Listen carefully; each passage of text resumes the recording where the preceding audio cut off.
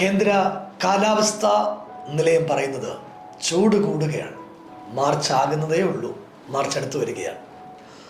പ്രകൃതിയിൽ ചൂട് അതിശക്തമായി വരുമ്പോൾ അമ്മയുടെയും അപ്പൻ്റെയും കുഞ്ഞുങ്ങളുടെയും മനസ്സിൽ +2-ൻ്റെയും 10ാം ക്ലാസ്സിൻ്റെയും എക്സാമിൻ്റെ ചൂടിലാണ് എല്ലാവർക്കും ടെൻഷനാണ്.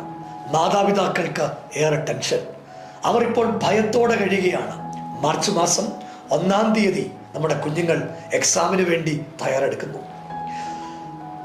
പരീക്ഷയ്ക്ക് വേണ്ടി മക്കളെക്കാൾ കൂടുതൽ മാതാപിതാക്കൾ ഉത്കണ്ഠയിലാണ്, ആശങ്കയിലാണ്. +2-ൻ്റെ എക്സാം എഴുതുന്ന കുഞ്ഞുങ്ങൾക്ക് വേണ്ടിയും മാർച്ച് 4-ാം തീയതി 10ാം ക്ലാസ്സിൻ്റെ പബ്ലിക് എക്സാം എഴുതുന്ന കുഞ്ഞുങ്ങൾക്ക് വേണ്ടിയും എലോഹീം ഗ്ലോബൽ വർഷിപ്പ് സെൻറ്റർ നിങ്ങളോട് ചേർന്ന് പ്രാർത്ഥിക്കാൻ പോകുകയാണ്.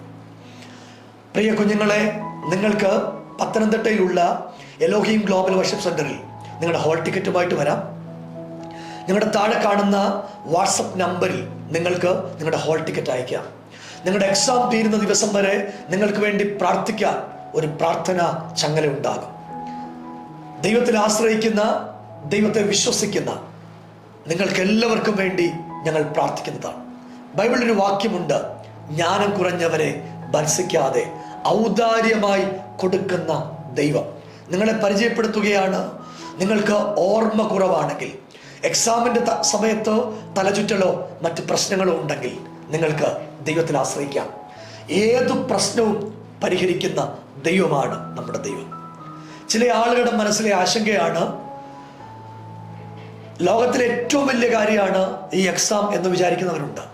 തോറ്റുപോയാൽ അവരുടെ ഭാവി തന്നെ അനിശ്ചിതത്തിലാകും എന്ന് ഭയപ്പെടുന്നവരുണ്ട്. നിങ്ങളോട് പറയുകയാണ്, നിങ്ങൾ മാർക്ക് വാങ്ങണ്ടെന്നോ, നിങ്ങൾ എല്ലാത്തിനും A+ വാങ്ങണ്ട എന്നൊന്നും അല്ല പറയുന്നത്.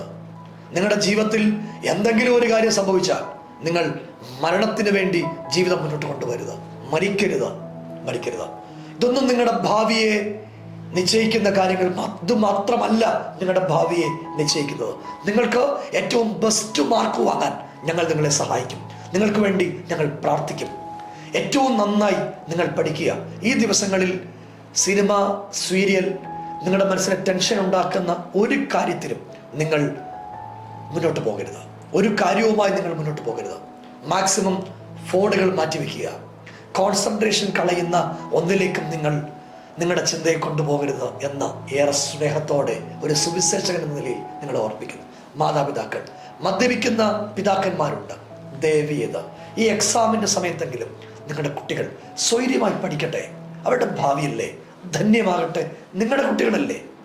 ആ കുറേ ദിവസത്തിലെങ്കിലും നിങ്ങൾ വീട്ടിൽ വഴക്കുണ്ടാക്കാൻ ശ്രമിക്കരുത്.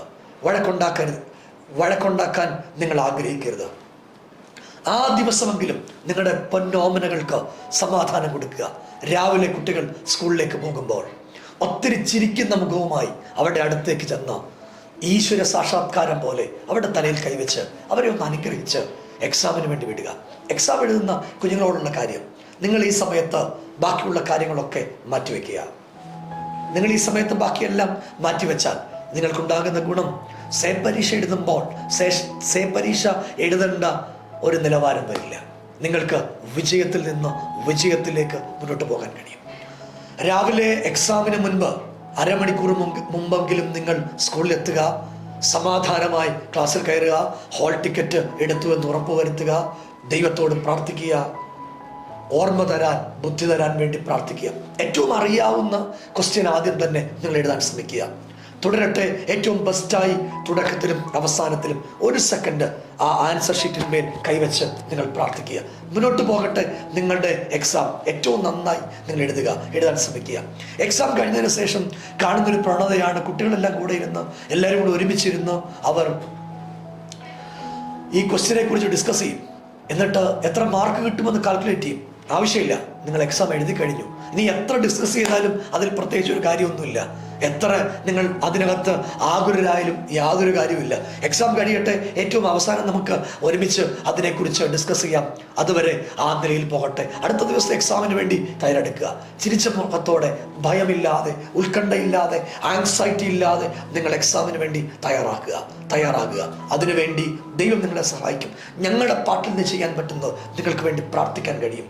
അപകടങ്ങൾ പ്രതിസന്ധികൾ, നിങ്ങളുടെ വീട്ടിലെ സമാധാനക്കേടുകൾ ഒക്കെ ഒഴിഞ്ഞു പോകാൻ നിങ്ങൾക്ക് വേണ്ടി ഞങ്ങൾ പ്രാർത്ഥിക്കാൻ പ്രതിജ്ഞാബദ്ധരാണ്. കുഞ്ഞുങ്ങളെ, മാതാപിതാക്കളെ, വിവിധ സ്ഥലങ്ങളിൽ എക്സാം എഴുതുന്നവരെ, +2-നും 10ാം ക്ലാസ്സിനും ദൈവം ഏറ്റവും നല്ല നിലയിൽ നിങ്ങളെ എക്സാം എഴുതാൻ സഹായിക്കട്ടെ എന്ന് പ്രാർത്ഥിക്കുന്നു. ഈ സമയത്ത് ഞങ്ങളെ കാണുന്ന എല്ലാവർക്കും വേണ്ടി ഞങ്ങൾ പ്രാർത്ഥിക്കാൻ പോവുകയാണ്. ഒരു നിമിഷം ഞങ്ങളോട് ചേർന്ന് കണ്ണുകൾ അടച്ച് പ്രാർത്ഥിച്ചാട്ടെ.